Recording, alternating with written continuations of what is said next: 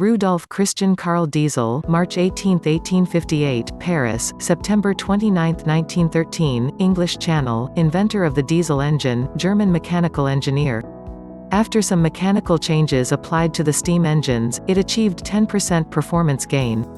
One day, Diesel thought that things were not normal. He put the pieces of cav in a small glass tube. With the help of a piston, he squeezed the air into the tube, making the melon burn. The successful result of this experiment made him even more active. He opened a laboratory in Paris in 1885, received his first patent in 1892. In August 1893, Germany's Augsburg came to town. Manag Maschinenfabrik Augsburg-Nürnberg from 3-foot iron cylinder created a reciprocating flywheel. The steam engine was gradually beginning to be replaced by the thermodynamic engine. Diesel called it the atmospheric gas engine. Proudly introduced the new engine system in 1896. In theory, 75.6% more efficiency would be achieved, but of course this value could not be achieved. Its single combustion engine had been one of the most exciting inventions of the past century. Rudolf Diesel's dream was to share his knowledge with the main industry manufacturers. It did not take long to reach this dream. The demand for Diesel's engines from all over the world was beginning. Its engines have now become standard engines for ships, power stations, pumps and refineries.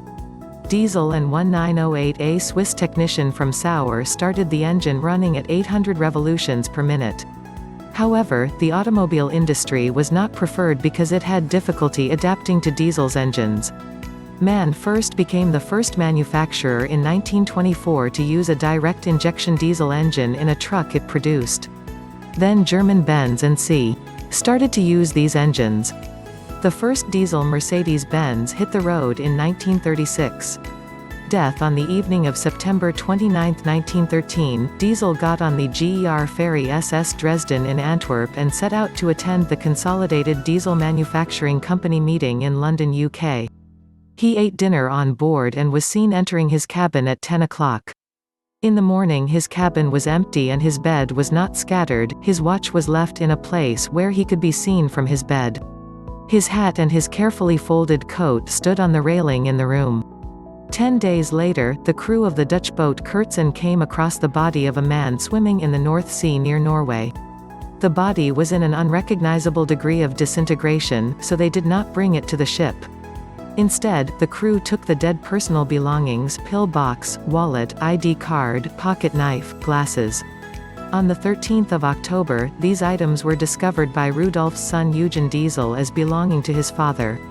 On the 14th of October 1913, Diesel's body was reportedly found by a boatman in Scheldt's Mouth, but was thrown back into the sea due to severe weather. Various theories have been introduced to explain Diesel's death. Some people claim that Rudolf Diesel committed suicide.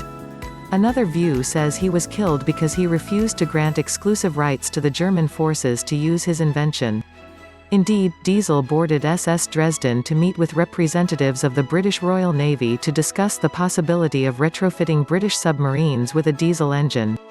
However, evidence for all statements is limited and its disappearance and death have not been resolved. Soon after Diesel disappeared, his wife, Martha, was told that his wife was ill. He said that he had given him a bag just before the trip and that he should not open the bag until he received a notice. He expressed that he would understand what happened to that news. The bag had 200,000 German marks in cash, 1.2 million United States dollars today, and a series of financial statements stating that bank accounts were almost completely empty. Diesel, who took his diary with him, drew a plus on the page on the date of his disappearance. This sign was interpreted as a cross by some.